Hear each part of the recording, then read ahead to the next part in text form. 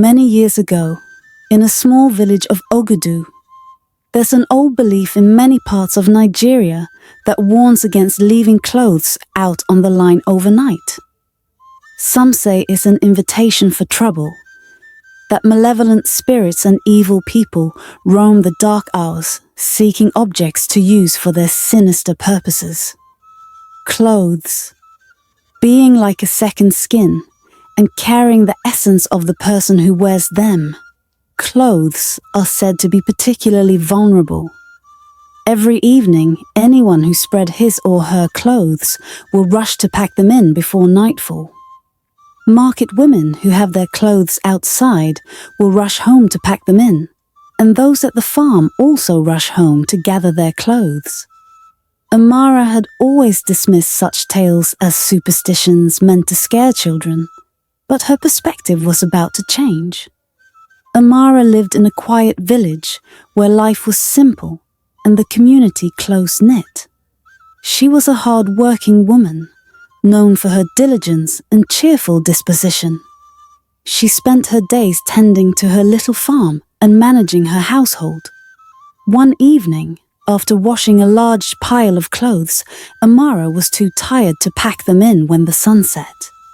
She reasoned that the moonlight would do no harm and promised herself she'd take them in first thing the next morning. That night, the air felt heavier than usual, the silence outside deeper. Amara had trouble sleeping. She tossed and turned, her dreams fragmented and unsettling. She dreamt of shadows creeping through the village, pausing at her yard, lingering near her drying line. A faint whisper seemed to echo in her mind, too indistinct to understand, yet unsettling in its persistence. By morning, she shook off the unease, attributing it to her exhaustion. The sun was already climbing when she stepped outside to retrieve her clothes. But as she approached the line, she noticed something odd. A few of the garments didn't look the same. Her favorite wrapper had strange stains on it, patterns she hadn't seen before. A blouse seemed stretched and twisted in a way that defied explanation.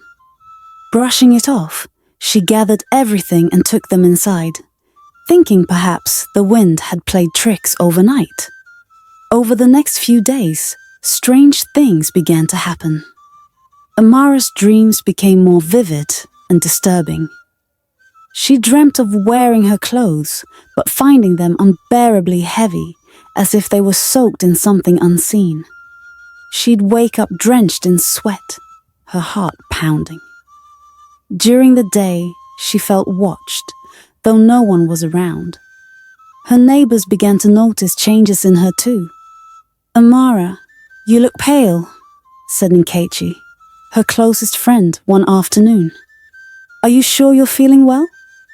"I'm fine," Amara replied, though she wasn't sure. Something was gnawing at her spirit, something she couldn't name. One evening, as she prepared dinner, she heard a faint rustling sound from her bedroom. She froze, the wooden spoon in her hand trembling. Gathering her courage, she tiptoed to the door and pushed it open. The sight before her made her gasp. Her clothes, the ones she'd left out that fateful night, were scattered across the room, though she was certain she'd left them neatly folded in her wardrobe. The wrapper with the strange stains was draped over her bed, the stains appearing darker, almost pulsating. Fear gripped her. She rushed out of the room, locking the door behind her. She decided to seek advice. The next morning, she visited Mama Eek, the village elder known for her wisdom. "Amara, you should not have left your clothes outside overnight," Mama Eek said gravely after hearing her story. "Clothes carry your essence. They are like your second skin. Leaving them out invites forces you do not understand." "But what can I do now?" Amara asked, desperation in her voice. "You must cleanse them and yourself," Mama Eek replied. She handed Amara a small pouch of herbs and instructed her to burn them while praying over the clothes. She also advised Amara to bathe in water mixed with the ashes of the herbs. Amara followed the instructions that evening, but the strange occurrences didn't stop. If anything, they grew worse.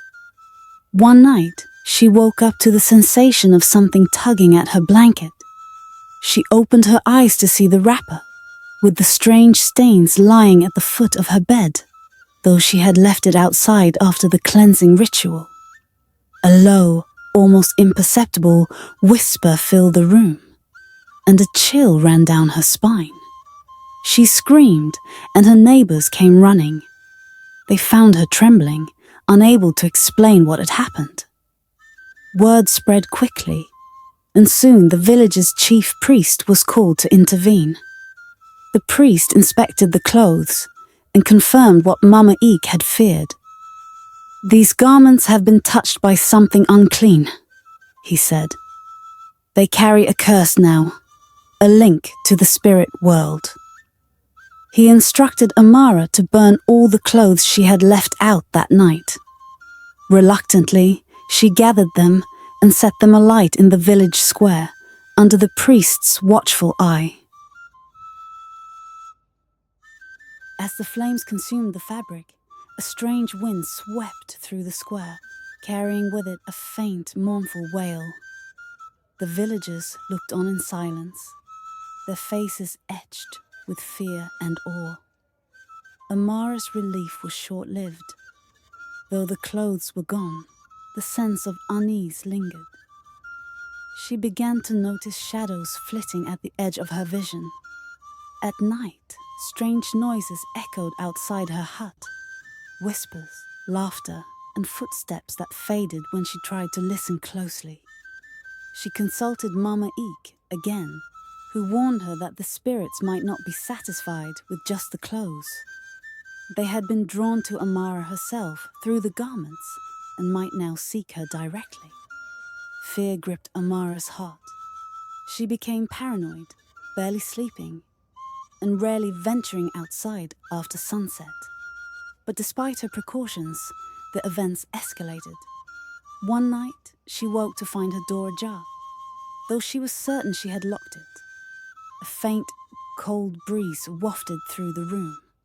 On her bedside table lay a piece of fabric, a small scrap from the wrapper she had burned days ago. The priest was called again, and this time he performed a more elaborate ritual. The entire village gathered to pray and chant, their voices rising in a desperate plea for protection. The ritual lasted through the night, and as dawn broke, a strange calm seemed to settle over the village. But Amara knew the battle wasn't over. The events had left an indelible mark on her. She became a staunch advocate of the old belief, warning others of the dangers of leaving their clothes out overnight. And while some dismissed her stories as mere superstition, the haunted look in her eyes was enough to convince many that there was truth to her tale. The village itself changed after Amara's ordeal. People of Ogudu became more cautious, their respect for old traditions renewed. Parents warned their children never to leave their clothes on the line at night. The clothes line, once a simple tool of daily life, became a symbol of the unseen forces that lurked in the shadows of their world. And though the whispers eventually faded, the lesson remained. Some traditions are rooted in truths we may never fully understand. Thank you for watching. If you enjoy this story, please support us by clicking the subscribe button. Your support means a lot to me. Like and share this video to your friends and family members. See you in our next video. Bye bye.